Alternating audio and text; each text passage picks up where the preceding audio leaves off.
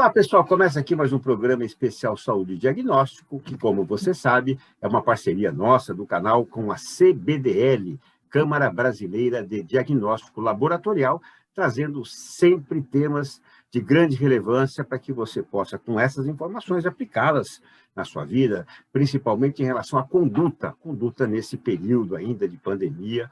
Se Deus quiser, vai se tornar uma endemia, enfim, estamos torcendo bastante para que haja um recuo, mas ainda estamos, né, no meio dessa luta e, com isso, precisamos guerrear bravamente, aí, guerrear entre aspas. E hoje não é diferente.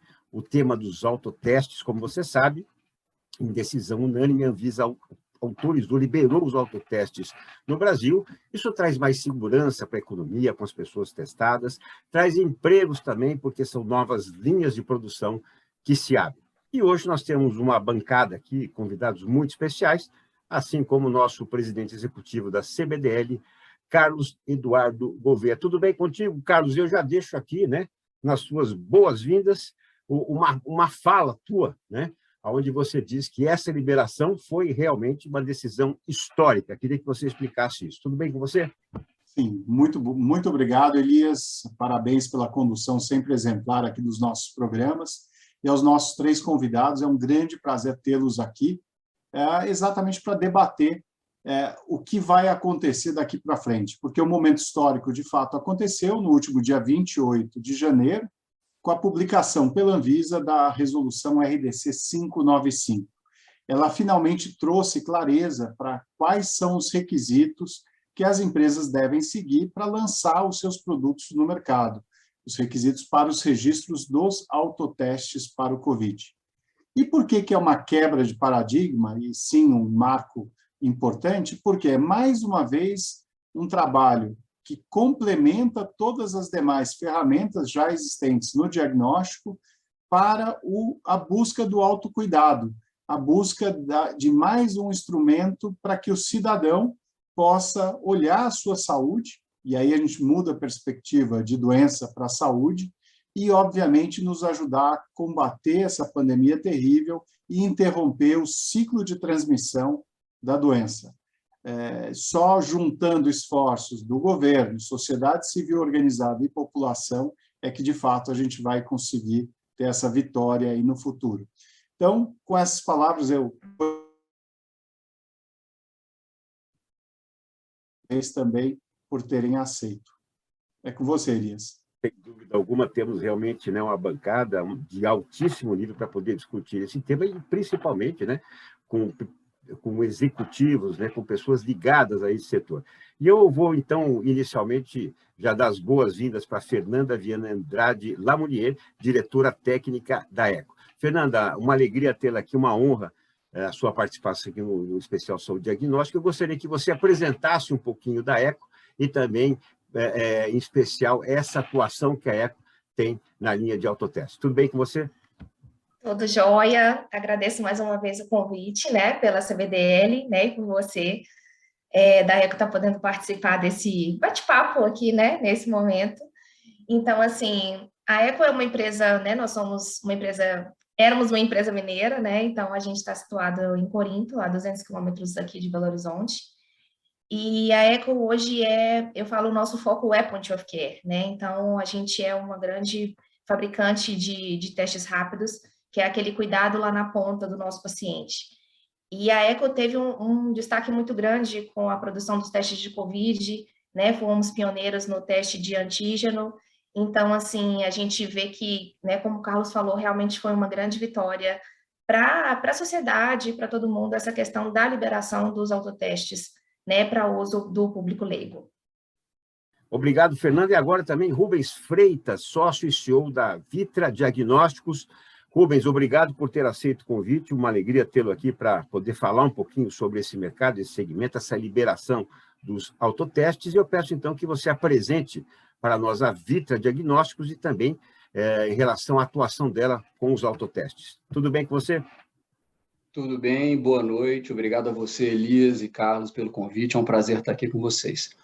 A Vitra, ela é uma empresa que tem mais de 30 anos no mercado de diagnósticos, né? Mudou o nome, na verdade, mas as origens dela datam de cerca de 30 anos atrás, porque, na verdade, ela é resultado de uma fusão de várias empresas, né, do mercado de diagnósticos, que eram empresas familiares, que se juntaram para formar a Vitra. Nós, na Vitra, decidimos, né, há cerca de 1 ano e meio atrás, criar uma unidade de negócios nova, né, que se chama Próxima, tem uma marca diferente, especificamente para Point of Care. E no ano passado, a gente realmente cresceu muito nesse mundo de Point of Care, e agora, com essa recente onda, tivemos um destaque grande no desabastecimento total que surgiu nesse mercado, e estamos muito satisfeitos com essa oportunidade que surgiu da gente poder contribuir também com a solução de autotestes, porque realmente a gente acredita que é uma ferramenta que vai ser muito importante para as pessoas, né? E é um passo a mais nesse mundo de point of care e de o diagnóstico chegar até o indivíduo de forma conveniente, facilitada, democrática e barata, né? Perfeito. Obrigado, Rubens, por essas colocações. E conosco também o Denilson Laudares Rodrigues, fundador e CEO da Celler Biotecnologia. Denilson, obrigado também por ter aceito o convite, assim como a Fernanda e o Rubens. Eu gostaria que você apresentasse, então, a Celler, contasse um pouquinho da atuação dela no mercado e, principalmente, em relação aos autotestes. Tudo bem com você? Perfeito, um prazer, muito obrigado. Pois bem, a Celler tem 20 anos de mercado, né? Nós nascemos no diagnóstico e focado muito na parte de equipamentos para diagnóstico bioquímico e imunológico, né? E em 2014 começamos a virar Point of Care, participamos de um projeto de Sebrae aqui em Minas Gerais, onde o Point of Care foi indicado, né? A gente começou a ver o crescimento desse tipo de diagnóstico no mundo. E a agilidade, né, rapaz, de você ter a questão da informação da sua saúde mais rapidamente, mais prontamente. O diagnóstico funciona de uma forma mais ágil, né, mantendo a qualidade, ou seja, não é porque o Point of Care que nem necessariamente ele não vai ter qualidade. Existia aí um paradigma no passado nesse sentido. Hoje, aí com o Covid, com a participação cada vez mais em empresas, trazendo produtos, a qualidade incrementando, as tecnologias, né, cada vez mais avançadas, o Point of Care apresenta-se sim como uma saúde, então a gente vem aí desde 2014 atuando nesse segmento de mercado, e agora com outro teste, né, que é essa virada que a própria Anvisa dá essa direcionada histórica, como o próprio Carlos colocou, na questão agora da população poder conseguir ter uma informação prévia, e isso vai ser muito importante para as pessoas poderem, com essas informações, poderem tomar ações ali que vão realmente romper esse ciclo de contágio. Então, e o autoteste no nível geral, porque você está só falando de diagnóstico da Covid, mas você tem aí a parte de alimentos, alergia, uma gama de testes que no reboque, né, as pessoas estão muito mais atentas ao processo de saúde. A Celler está aqui em Minas Gerais e estamos aí juntos, né, tivemos a oportunidade, né, de ser convocados para esse trabalho conjunto aí, no enfrentamento dessa pandemia, e está aí trazendo um grande transtorno para todo o Brasil, para todo o mundo, né, rapaz? É um prazer estar aqui com vocês, obrigado pela oportunidade, né, estar aí junto com a CBDL, junto com você e com essa bancada aqui, né, Elias? Muito obrigado. Perfeito, a honra é nossa, a alegria é nossa, o tema é muito importante. Agora, Fernanda, Carlos, Rubens e Denilson, as pessoas perguntam: quando? Quanto? Né? E, principalmente, em quais lugares eu conseguirei encontrar o autoteste? E eu gostaria, então, que esses pontos iniciassem essa discussão nossa. Bom, eu vou pela parte mais fácil. Onde, né? Na verdade, a resolução 595, ela traz a possibilidade dos autotestes serem comercializados nas farmácias e drogarias de todo o Brasil. Então, esse é o primeiro ponto. Então, vai garantir uma pulverização bem interessante. Potencialmente, a gente tem 88 mil farmácias espalhadas onde o cidadão está, em todos os rincões desse país. Existe também a possibilidade das empresas com autorização de funcionamento para comercializar produtos para a saúde. Aquelas, principalmente, que têm autorização para o comércio varejista desse tipo de produto. Então, isso em todos os locais é possível encontrar uma cirúrgica, um comércio especializado e que tenha, obviamente, o quê? E por que essa necessidade? condição de dar um tratamento adequado ao consumidor, informação adicional e garantir o sistema de qualidade, inclusive com rastreabilidade junto com o fabricante.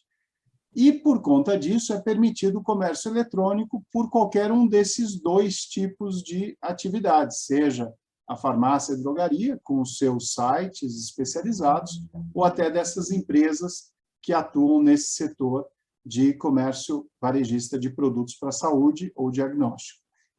Então, a gente espera que, de fato, o autoteste possa ser encontrado em muitos lugares e, se tudo der certo, também com a ajuda do poder público, ou seja, do gestor público, seja ele o próprio federal, o Ministério da Saúde, que num primeiro momento disse que não entraria com esse tipo de produto, mas os gestores estaduais e municipais que sim, vários já demonstraram interesse, porque ele acaba sendo uma excelente ferramenta para a complementação ali dos esforços, das atividades em termos de saúde pública em cada região. Então, eu tenho bastante esperança que o poder público possa ser um grande utilizador do autoteste com a população, que vai permitir maior acesso e, ao mesmo tempo, maior escala, reduzindo, por consequência, o custo de produção e de importação. Bom, Fernanda, Denilson e Rubens, né, o Carlos deixou a parte dura para vocês, né? Quando e quanto, né? Então, gostaria que cada um também pudesse trazer, e também em relação a essa rede de distribuição, as suas orientações. Eu acho que eu posso falar quando, né? Os meninos aí que são comercial, acredito, né? Eu estou aqui mais aqui nos bastidores da parte técnica regulatória, eu posso falar o quando, né? Então, assim, o quando eu acho que a gente depende muito da própria Anvisa, né? Do órgão regulador. Então, a gente já tem aí alguns peticionamentos que foram feitos, né? A ECO, né, é uma delas. Então, assim, a gente vai passar por uma análise do Instituto Nacional de Controle de Qualidade, pelo INCQS, né? Então, as amostras vão ser um lote para essa análise. Então, vai depender mesmo, acredito, desse próprio trâmite aí da Anvisa, né? Eles pedem na legislação 90 dias, mas acredito que isso vai entrar como prioridade, já entrou como prioridade, né? O próprio INCQS tem sido muito ágil nessas análises, o que nos deixa, assim, muito felizes, porque, assim, eu falo que é um laboratório surpreendente, eles têm uma capacidade de processamento, de análise muito boa, então eu acredito que isso vai ser muito rápido, né, para todas essas empresas que já receberam essa exigência, né, porque isso entra como um processo de exigência no nosso processo de registro. Então, eu acredito que vai depender mais da Anvisa do que da própria, né, das próprias empresas, né, com o peticionamento. Então, o quando, eu estou aqui para falar, né, então, assim, acho que os meninos, o quanto isso vai acontecer, o comercial aí vai poder falar melhor, né. A demanda vai ser muito grande, isso é um fato, né. A ECO, eu posso falar, nós estamos preparados para essa demanda, né, o que o mercado vai pedir vai ser um número alto, porque, como o Carlos falou, o que a gente tem de rede de drogarias, o que a gente pode considerar talvez um próprio distribuidor que vai entrar na distribuição desse produto, é uma gama muito grande. Então, assim, muito rápido vai ser pulverizado em todo o mercado. Gostaríamos de acompanhá-lo também em relação a essas informações. Bom, complementando aí a informação da Fernanda, né? Ou seja, a questão do quanto. Muito bem, o que tem hoje é muita especulação na web. Então, nós já fizemos um dever de casa no sentido de observar como é que isso já acontece no mercado europeu, onde você tem testes aí que vão de 1,50 euros e chegam a 9 euros. Então, você tem um espectro gigante de preços, de propostas de valor no mercado europeu. Então, no Brasil, o que existe, na verdade, você vê claramente uma preocupação do Ministério da Saúde com os preços de mercado, então você vê muita informação, muita coisa em cima, mas é muita especulação, não tem nada ainda definido, específico. Então, no estudo preliminar, o que a gente está vendo é que, para o consumidor, eu tenho visto informações informativos de algo de R$ 70, 60, variando aí em torno de R$ 70. São algumas informações que têm circulado na mídia. E também, dentro do networking aí das importações, né, porque tem, como a Fernanda mesmo apresentou, nós temos aí algo em torno de 27, já temos várias empresas com peticionamento, então eu acredito que vai ser algo em torno, para o cliente final, nós temos visto aí a questão de algo em torno de R$ 70. Mas É aquela história, né, Elias? Aí tudo é muito novo e ainda, como a Fernanda falou, não saiu nenhum registro. Então, a gente não tem ainda o mercado efetivamente funcionando. É muita especulação. Que a gente pode ver o que acontece no mercado americano, no mercado europeu, para poder falar algo aqui no Brasil. E aí o que eu tenho visto aí nas mídias é algo nesse sentido, né? Eu não sei o que o Rubens aí pode complementar nesse sentido, mas acho que seria alguma coisa por aí. Denilson, primeiro acho que é importante a gente esclarecer, muita gente me faz essa pergunta, qual vai ser o preço, né? E eu sempre começo respondendo o seguinte, olha, você está perguntando para um fabricante do produto, não sou eu que vou definir o preço ao consumidor final, né, ao usuário final. Eu vou vender para a farmácia, né, e a farmácia vai definir o preço para o usuário final. Então, isso é importante, primeiramente, esclarecer. Algumas referências que a gente pode usar, eu acho que o Denilson colocou boas referências, acho que a primeira que tem que ser colocada no nosso mercado local é o próprio preço que a farmácia vende o serviço de testagem para o usuário, né, para o potencial paciente, né? Então, assim, uma boa referência é essa, porque ela não vai vender o serviço, não vai ter ali o farmacêutico, o profissional de saúde aplicando o produto, né? Vai ser a pessoa pegando na gôndola e levando para casa. Então, você deveria ter aí um custo mais baixo para a pessoa mesmo, tá? Tem uma outra perspectiva agora mais do fabricante, que é o nosso caso, né? Que é o custo. Quando o Carlos falou de escala e que potencialmente isso vai levar a um custo por teste mais baixo, isso é uma verdade. Quando essa escala surgir, e nós realmente acreditamos que a demanda do mercado vai aumentar muito em função aí da possibilidade das pessoas poderem comprar diretamente, mas inicialmente, na escala atual, se você compara o custo por teste, marginalmente ele fica até um pouquinho mais caro, porque é o mesmo produto. Porém, as exigências que são colocadas quando você vai vender para o consumidor final acabam gerando algumas questões de embalagem, algumas adaptações, né? É uma mesma embalagem para muito menos testes, né? Você tem que colocar algumas explicações adicionais, você tem que dar um apoio ao usuário, ao consumidor, né? Você tem que ter uma estrutura de apoio, um saque, né? Nós vamos colocar um QR Code na embalagem, com um vídeo explicativo. Quer dizer, você tem algumas coisas que você não tinha antes. Então, na largada, na verdade, o custo por teste é até um pouquinho mais caro. Isso provavelmente não vai influenciar no preço final ao consumidor, mas eu acho que quando a gente fala de precificação, você tem que olhar sempre as duas pontas, né? Você tem que olhar o custo e o preço que faz sentido ser cobrado em função da próxima alternativa. A próxima alternativa é você comprar o teste direto para o farmacêutico te aplicar. Então, você sabe qual é o teto e você sabe qual é o piso. É alguma coisa no meio desse caminho, né? E eu acho que o que está no meio desse caminho provavelmente vai ficar aí nos números que o Denilson estava passando. Carlos, e também gostaria de ouvir a todos em relação a esse ponto, né? Porque, principalmente em relação ao esclarecimento, porque mesmo com a autorização, na liberação da Anvisa, as fabricantes de autotestes ainda precisam, né, solicitar uma autorização em relação à própria produção.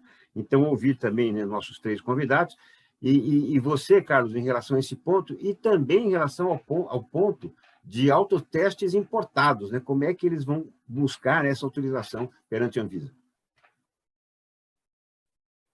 De vista regulatório, a largada foi dada no dia 28. Uma vez conhecidos os requisitos, as empresas puderam, então, complementar, e aqui são 3 exemplos de empresas vencedoras, que têm excelentes produtos no mercado e que têm trabalhado de forma dinâmica, que eu garanto que as 3 já estavam com o dossiê meio pronto antes do dia 28, só estavam esperando para saber ali os detalhes finais. Uma vez conhecidos esses detalhes, eles começaram a correr para complementar os dados do pedido de registro, que é a informação técnica propriamente dita, estudo de estabilidade, detalhes de performance dos produtos, etc. E aí sim trazer a informação sobre usabilidade. O estudo de usabilidade que é exigido, ele visa exatamente indicar para a Anvisa se aquele produto já passou no teste com consumidores leigos, ou seja, se ele é amigável o suficiente para ir para essa situação de autoteste. Se as pessoas, na média, conseguem abrir o produto, seguir a bula, a instrução de uso e fazer os procedimentos e, finalmente, interpretar o resultado. Então, essa parte é muito importante, a gente já viu com o autoteste de HIV, hoje já é algo consolidado, e aí as empresas nacionais podem fazê-lo no Brasil e as empresas estrangeiras podem trazer estudos que já tenham feito lá fora com outros consumidores, mas que possam ser referenciados aqui como padrão do brasileiro.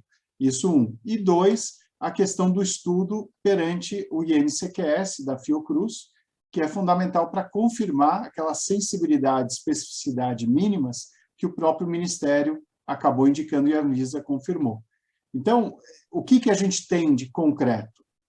A INCQS, como a Fernanda falou, normalmente ele tem uma fila.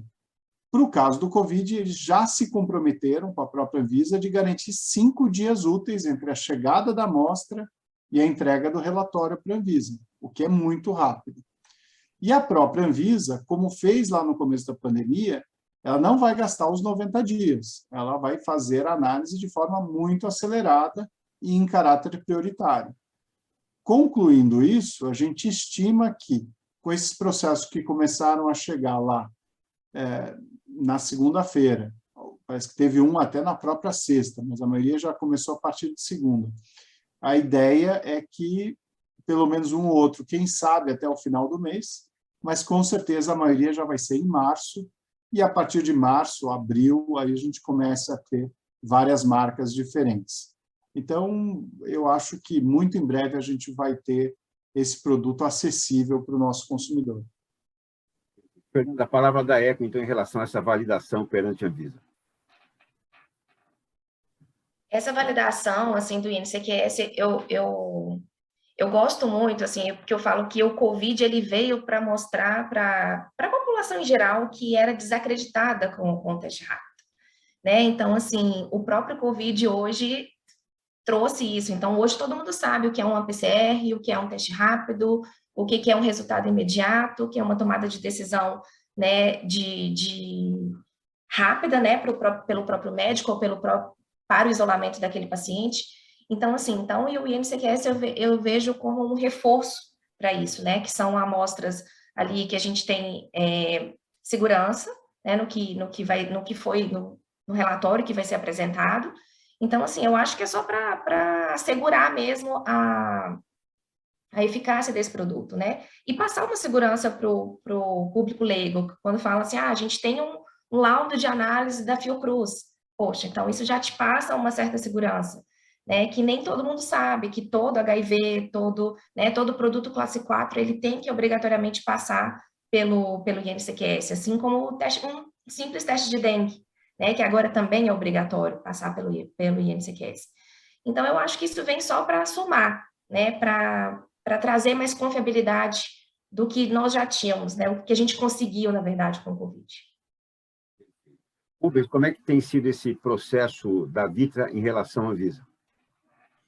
Olha, primeiramente, eu acho fundamental os 2 pilares aí da aprovação que a Anvisa colocou, tá certo? O primeiro pilar é o estudo de desempenho clínico, tá certo? Que como que eu explico isso para os leigos? Eu digo, isso daqui é para mostrar que o produto funciona, né? Que ele atende àquilo que ele se propõe, que aí é onde entra principalmente o INCQS. O outro pilar é o estudo de usabilidade, que é aquilo que mostra que uma pessoa leiga, um não profissional de saúde, consegue facilmente manipular, aplicar e interpretar o resultado. Então, são esses 2 pilares, né? Nós, como fabricantes, produzimos o nosso próprio estudo de usabilidade, né? Então, a gente fez isso, eu diria, falo até com um certo orgulho, com muito esmero. A gente fez mais de um. A gente fez um primeiro, a gente aprende, porque com uma amostra de um grande número de pessoas, a gente filmou, a gente estudou, a gente viu onde as pessoas tinham mais dificuldade, né, onde que elas cometiam algum erro, e a gente aprendeu com esse processo, e depois a gente já poderia, com base num primeiro estudo, ter preparado um dossiê. Nós preferimos ajustar a nossa embalagem, o nosso guia rápido, o nosso formato, e fazer um segundo estudo de usabilidade, né? Já com tudo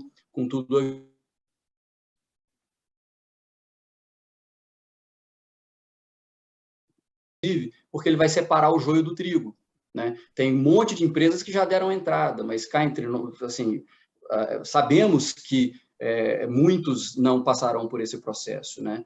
Ao final, nós teremos que... Fundamental, Rubens, fundamental isso que você falou. Inclusive, porque, Fernanda, você sabe tão bem quanto eu, o teste rápido, antes do Covid, ele era até desacreditado. Tinha muito teste rápido que tinha uma sensibilidade muito ruim. Então, o produto era até um desserviço ao produto, certas marcas que tinham no mercado. Então, eu acho que isso, inclusive, evoluiu muito ao longo do último ano e meio. Acho que as várias empresas e várias marcas evoluíram muito os seus testes.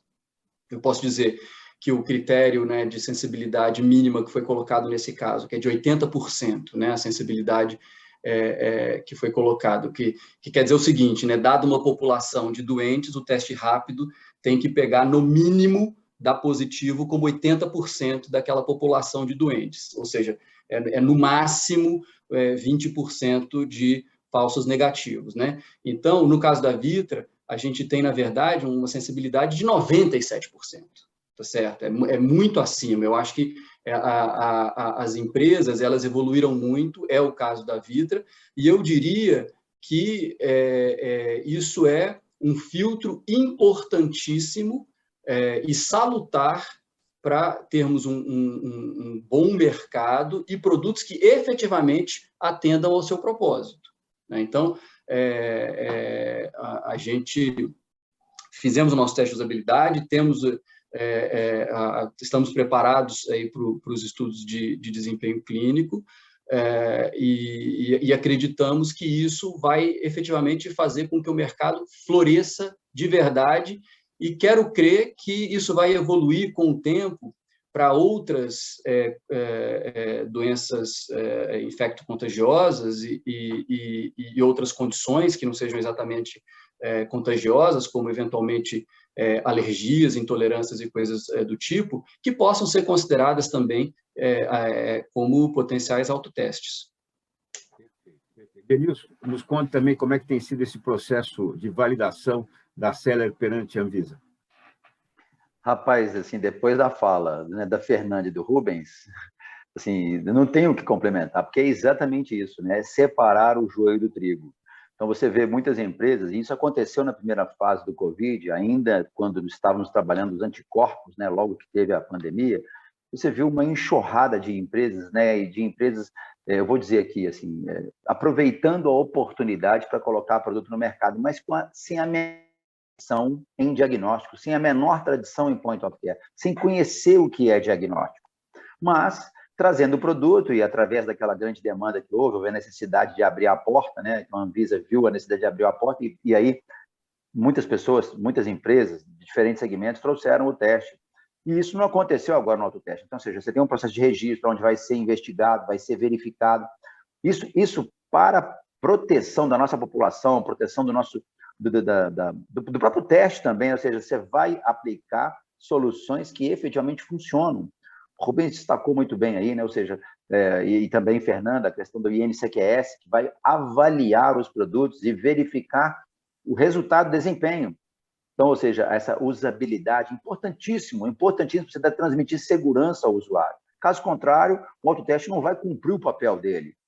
Mas quem conhece isso são as empresas que efetivamente atuam no segmento de diagnóstico, né?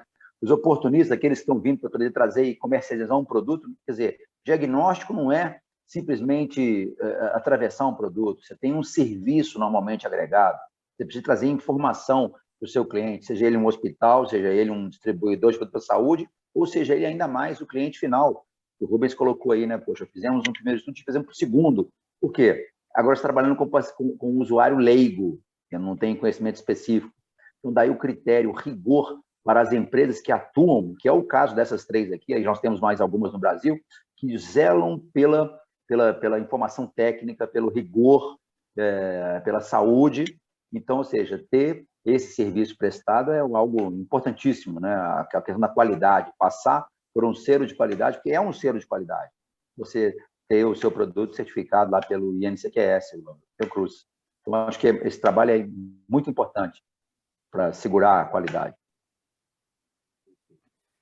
Carlos, o Denilson comentou e falou da palavra demanda. Já há uma prospecção, né, do volume de autotestes que deva ser colocado no mercado de imediato? Elias, é muito difícil ter uma estimativa, até porque esse mercado é imprevisível. A doença em si é imprevisível. Nós estamos aprendendo todo dia alguma coisa nova com o vírus do Covid.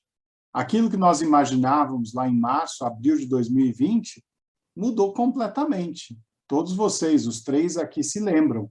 Quando a gente tinha o que nas mãos? Tinha ou o RT-PCR, ainda muito caro, ou então o teste de anticorpo. E a gente ficava discutindo sobre a importância de ser IgM positivo, ou só IgG, IgM, IgG, que eram os anticorpos. Isso tudo mudou. Hoje, a gente está muito mais preocupado com a detecção precoce, ou é o RT-PCR, naquela fase inicial da doença, e para determinadas necessidades, ou vai ser o teste rápido de antígeno, ou então agora o autoteste, que também vai buscar o antígeno. E só para lembrar o que é, o antígeno é aquela proteína que vai sendo liberada se o vírus estiver ativo no organismo, né? Considerando isso e vendo que nós tivemos, por exemplo, um grande pico agora no final do ano com essa nova variante, que é a Omicron, é difícil. A gente está se preparando para alguns milhões de autotestes por mês. Eu já ouvi estimativas de 4 a 6 milhões, talvez até mais. Mas é difícil, Elias. Eu acho que os três, por mais experiência que tenham aqui, ninguém consegue. Você tem uma ideia da situação, ano passado a gente estava em março até novembro com volumes decrescentes de testagens no Brasil inteiro, seja em laboratório ou em farmácia. A Abrafarma, por exemplo, apontava nas 4.600 farmácias que fazem parte desse relatório que eles coletam e compartilham, eles tiveram 87 mil testagens na última semana de novembro. Agora, na terceira semana de janeiro, foram 740 mil testagens nas mesmas 4.600 farmácias. Como você tem condição de prever um salto desses em poucas semanas? Não tem. Por isso que o mercado teve que ser rapidamente, assim, todas as empresas, produtoras e importadoras se viraram do avesso para trazer produto e reabastecer o mercado que tinha, de fato, se desabastecido pela demanda inesperada. Então, é difícil a gente falar qual vai ser a demanda oficial, mas a gente pode falar a capacidade. Então, aqui as empresas nacionais, juntas, têm no mínimo 10 milhões de testes de capacidade instalada hoje, por mês. Poderia até ser mais, eventualmente, com alguns ajustes. A produção internacional é enorme, só que grandes países estão demandando grandes volumes. 1 bilhão de testes foi a encomenda do governo americano, por exemplo. Então, é um desafio, é conseguir combinar e harmonizar a oferta e demanda para manter o mercado bem abastecido, né? Também de acompanhar um pouco, né, de cada um dos nossos convidados em relação às empresas que vocês representam, em relação à demanda, e também, né, dentro dessa análise da demanda, a situação, né, do autoteste de Covid, que não serve como comprovante para viagens, que, né, pelo menos foi o que a Anvisa nos trouxe, e se essa é uma situação, né, que será continuada, ou já há estudos, né, para alguma metodologia que faça com que esse autoteste possa também se transformar numa validação para viagem. Fernanda, com você primeiro. Eu acho que isso aí vai ser um segundo passo, sabe, Elias? No primeiro momento, a Anvisa, eu até entendo e compreendo perfeitamente essa questão da própria notificação, né? Como que vai ser notificado esses dados. Então, havia, sim, essa preocupação e eu acho que é muito válida, né? Então, a questão da usabilidade, né, que nós, como empresas, fizemos, lá na ponta, talvez, a gente não tem como monitorar fielmente o procedimento daquele usuário leigo, então é uma questão delicada, né? Nesse primeiro momento, eu acho que talvez a gente vai ter que sentir como vai ser, né, a utilização desse produto, né, pelo público leigo, para num segundo momento pensar, talvez, nessa disponibilização de um resultado ali para a viagem. E a Anvisa, eu acho que ela está certa nesse momento, né? Não sei se seria agora o momento ideal, né? Uma política pública de saúde, ela vai ter que ser muito bem estabelecida, né, para poder, talvez, também haver essa testagem em massa, né? Uma política do próprio Ministério com relação à utilização desse teste já foi um avanço muito grande, isso ser disponibilizado para o público em geral, né? Mas eu acho que políticas devem ser refinadas com relação a isso. Edilson, também gostaríamos de acompanhar o seu pensamento em relação a esses aspectos, né, da capacidade produtiva e, em especial, também em relação à evolução do autoteste, que possa, no futuro, ser utilizado também como validação para a viagem. Perfeito. Bom, no que diz respeito à capacidade produtiva, né, como o Carlos colocou, né, ou seja, foi já divulgado entre as associações, então foi avaliado então, essa possibilidade de algo em torno de 10 milhões, mas, como o Carlos disse, com perspectiva de ampliação. Então, à medida, certamente, as empresas, e aqui a gente tem 3, mas tem outras que estão trabalhando no mercado, podem escalar a produção para crescer junto com a demanda, né, ou seja, atendendo a demanda. Não acredito que vai haver um descolamento nesse sentido, não. Acho que a gente tem condição de estar atendendo, mas é tudo muito imprevisível, porque você não sabe como é que vai ser esse autoteste, como é que vai ser essa demanda, como é que ela vai acontecer, será que virão 40 milhões de uma mês? Quer dizer, né, a gente não sabe isso direito. Não acredito, na verdade, né, mas acho que já está bem preparado para isso. E, ou seja, por profissionais de saúde, então aí você tem condição de emitir um laudo. Então, eu acredito ser bem difícil, né, a gente colocar esse laudo para o autoteste. O autoteste seria uma avaliação preliminar. Estou, não estou, como é que eu estou ali nessa questão? Né? Eu vou saber como é que está a situação. Agora, para realmente dar o atestado que você realmente está com um alto percentual de confiabilidade, realmente não tem o vírus, aí você precisaria de um profissional de saúde, um patologista, um método clínico mais específico, rigor científico maior, e um médico, um profissional de saúde que vai dar um laudo ali falando que realmente, seguindo todo aquele critério, você está livre daquele patógeno, né? Então, acho que isso ainda vai até o autoteste, acho até que vai ser bem difícil, na verdade. Esse é o meu ponto de vista. Rubens Freitas, a palavra é sua. Bom, primeiramente, eu acho que o ponto que o Denilson fez agora, sobre a questão de possibilidade para usar para viagens, eu acho que ele foi exatamente no ponto, né? O ponto é que o autoteste, eu acho que dificilmente ele vai servir para qualquer tipo de validação para terceiros. Por mais que você aumente a sensibilidade dele, né, deixa eu dar um passo atrás. Na verdade, o autoteste ele é chamado de triagem, ele não é um diagnóstico definitivo, né?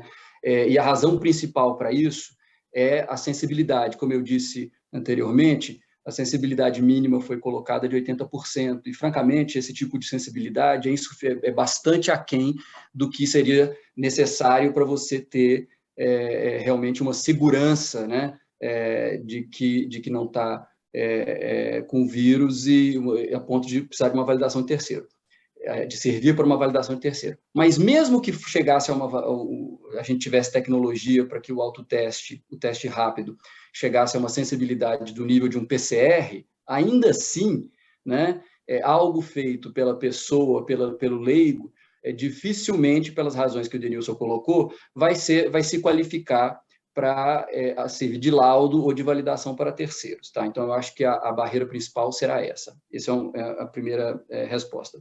Com relação à demanda, eu acho, francamente, que essa pergunta ela não tem uma resposta. Por quê? Porque se a gente estivesse falando de um mercado que ele é minimamente estável, né, que tem alguns picos e vales, mas ele tem uma certa... a amplitude em torno da média, ela tem uma variação de 20% para cima, 20% para baixo, a média significaria alguma coisa. No caso,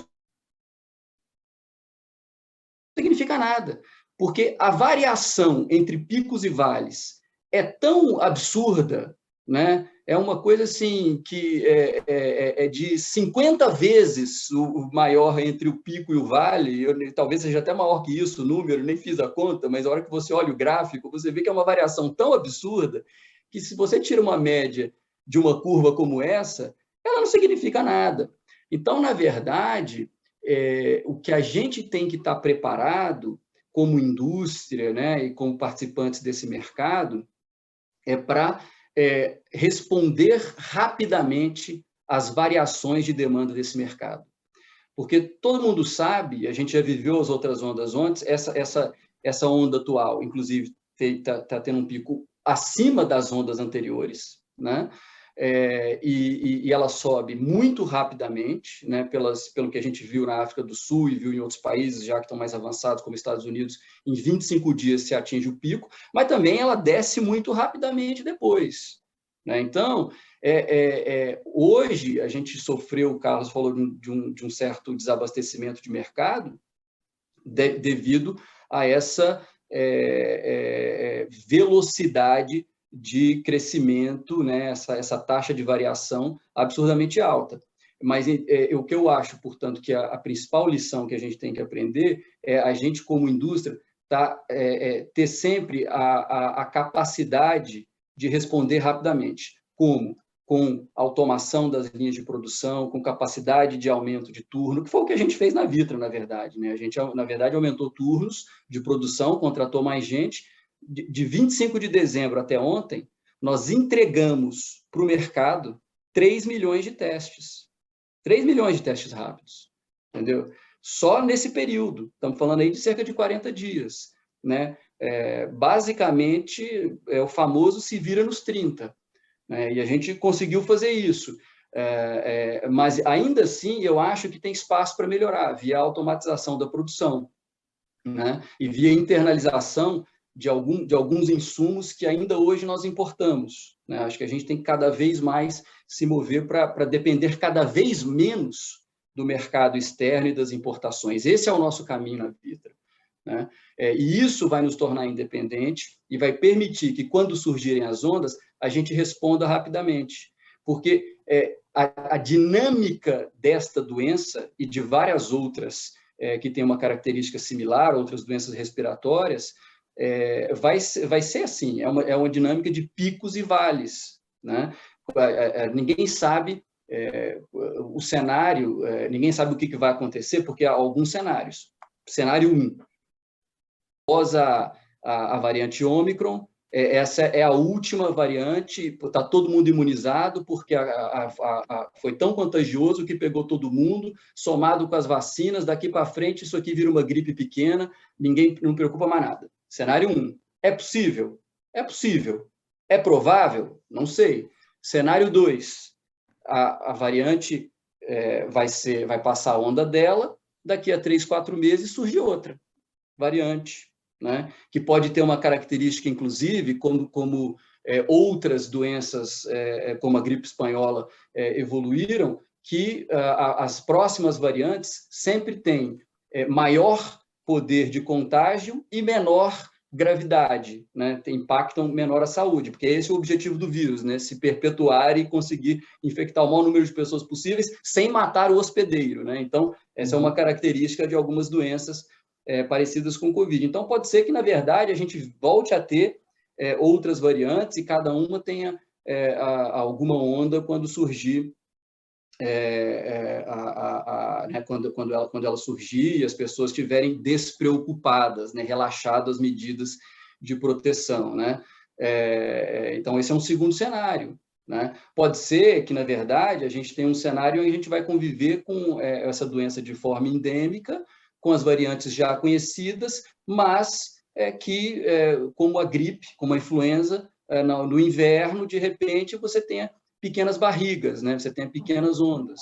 Então, eu acho que a gente, como indústria nacional, tem que estar preparado para atender a esses picos E certamente, quando nos vales, esse mercado talvez não atinja 1 milhão de testes por mês, né?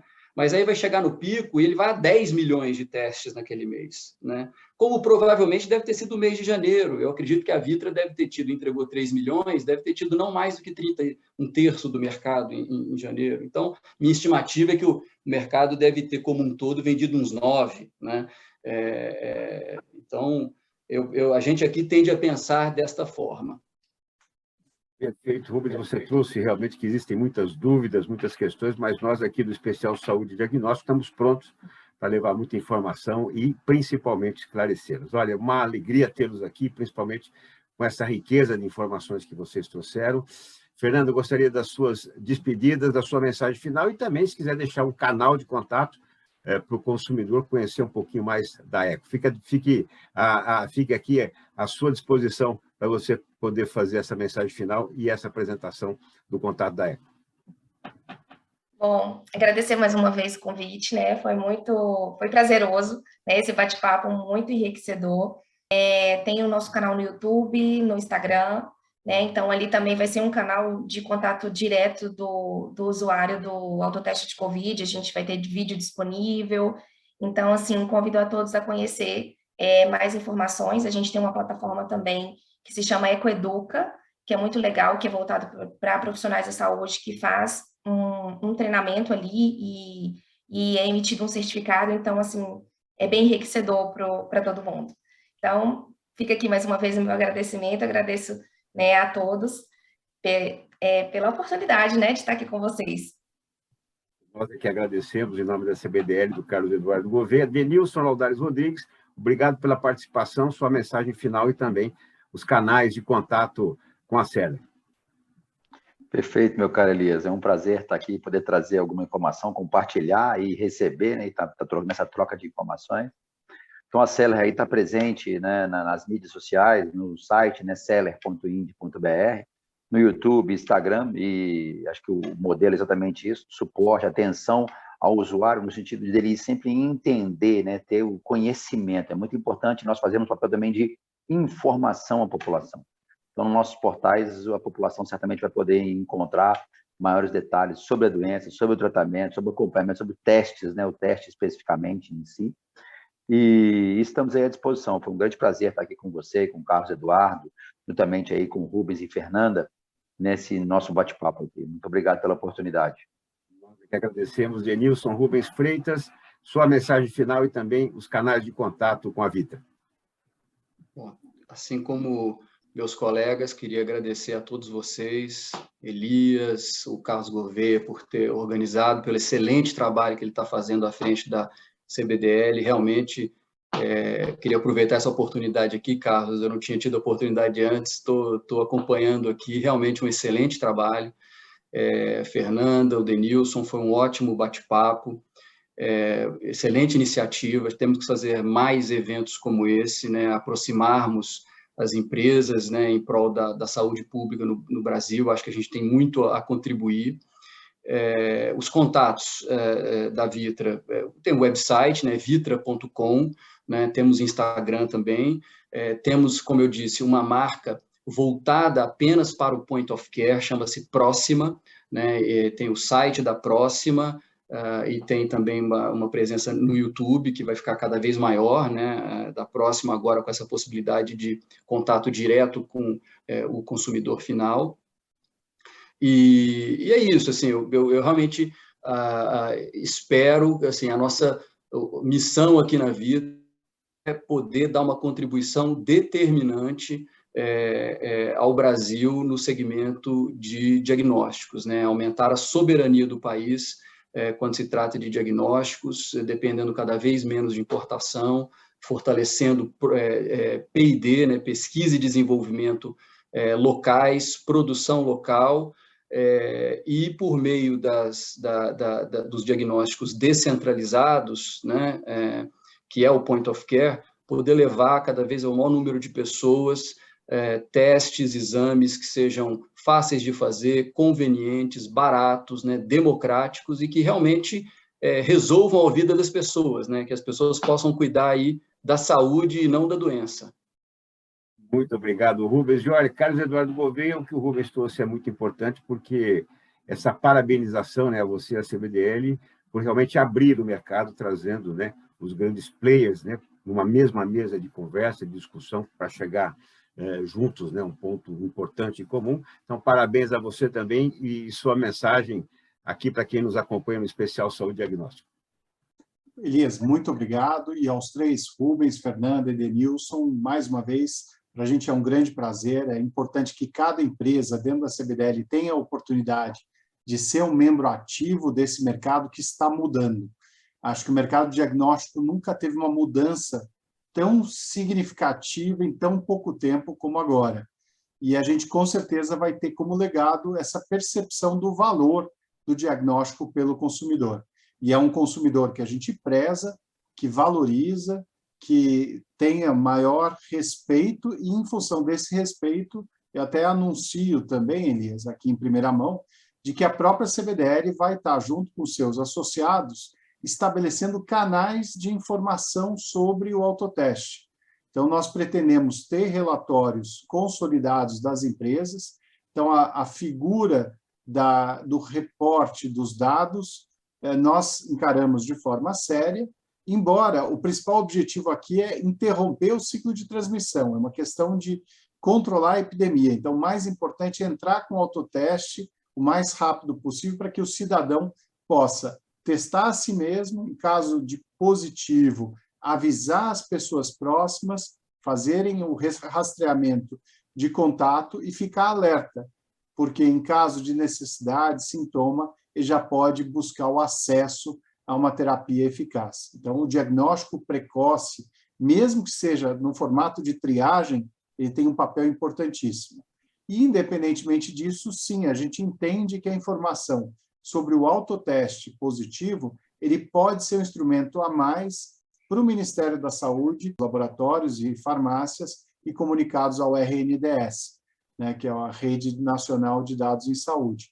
Então, a gente vai, de alguma forma, construir um modelo que possa congregar as empresas, aquelas que já têm seus aplicativos, e aquelas que não têm, a gente vai buscar uma solução para levar essa informação de forma consolidada. Acho que isso é importante. E criar um portal aí com toda a estrutura da saúde de forma conjunta para dar educação, workshops, informações diferentes e tudo que for necessário para fazer desse grande marco algo que a gente se orgulhe, que começou aqui, como falaram os meus colegas, que sirva de exemplo para outras situações, como sífilis, hepatite C e tantas outras doenças que afligem a nossa população e que, por uma falta de acesso, acabam levando aí, ceifando várias vidas de forma desnecessária. Então, é mudar esse cenário. Então, muito obrigado a todos. Elias, parabéns pela condução e volto para você agora finalizar.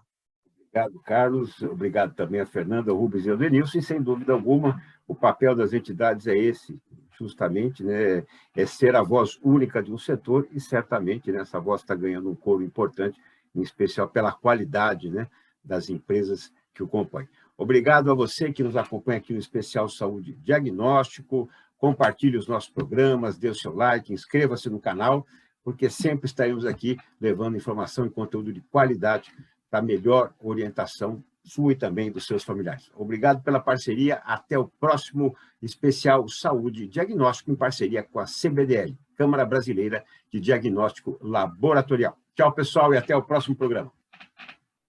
Obrigado.